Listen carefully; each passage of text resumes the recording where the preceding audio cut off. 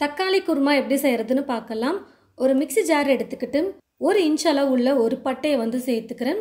1 கிராம்பு, 1 ஏலக்காய், 1/2 டீஸ்பூன் சோம்பு, 1/4 டீஸ்பூன் கசகசா, 1 கை அளவுக்கு வந்து பார்த்தீங்கன்னா தேங்காவை நான் வந்து கட் பண்ணி எடுத்து வச்சுருக்கேன். இந்த தேங்காவை மிக்ஸி ஜாரில் சேர்த்துட்டு 2 டீஸ்பூன் பொட்டுக்கடலை, 10 பல் பூண்டு, ஒரு பெரிய துண்டு இஞ்சி எடுத்து பொடியாக இந்த மாதிரி கட் பண்ணி சேர்த்துட்டு கொஞ்சம் ஓரளவுக்கு மிக்சியில் முதல்ல இது போல் கொரப்பாக அரைச்சி எடுத்துட்டு அதுக்கப்புறமா 5 தக்காளி பழம் வந்து பார்த்தீங்கன்னா நல்லா பழுத்த பழமாக எடுத்து வச்சுருக்கேன். இந்த தக்காளியை இது போல் ஓரளவுக்கு மீடியமாக கட் பண்ணி மிக்ஸி ஜாரில் சேர்த்துட்டு மிக்சியில் இது போல் நல்லா நைஸாக எல்லாத்தையும் சேர்த்து அரைச்சி எடுத்துக்கிட்டேன்.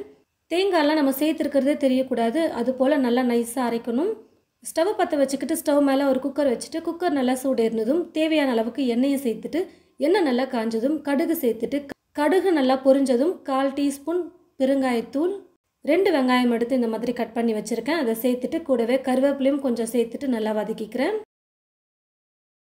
வெங்காயம் இந்த அளவுக்கு கொஞ்சம் லைட்டாக பொன்னிறமாக வர வரைக்கும் வதக்குனதுக்கப்புறம் அரைச்சி எடுத்து வச்சுருக்கிற இந்த விழுதை சேர்த்துட்டு கூடவே மிக்ஸி ஜாரில் லைட்டாக தண்ணியை சேர்த்து அலசி ஊற்றிக்கிறேன். நம்ம அரைக்கிறதுக்காக சேர்த்துருந்த எல்லா பொருளுமே வந்து பார்த்திங்கன்னா நம்ம பச்சையாக சேர்த்து அரைச்சிருக்கோம். அதனால் ஒரு 4-5 நிமிஷத்துக்கு பச்சை மணம் போகிற வரைக்கும் நல்லா வதக்கிக்கலாம். பாருங்கள் ஃப்ரெண்ட்ஸ், 4லேருந்து 5 நிமிஷத்துக்கு நல்லா நான் வந்து விழுதை சேர்த்துட்டு வதக்கி எடுத்துட்டேன்.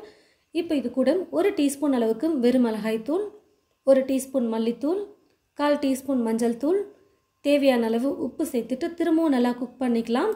சேர்த்துருக்கிற மிளகாய் பொடியோடைய பச்சை மணமெல்லாம் போகிற வரைக்கும் நல்லா நம்ம வந்து பார்த்திங்கன்னா வதக்கணும்.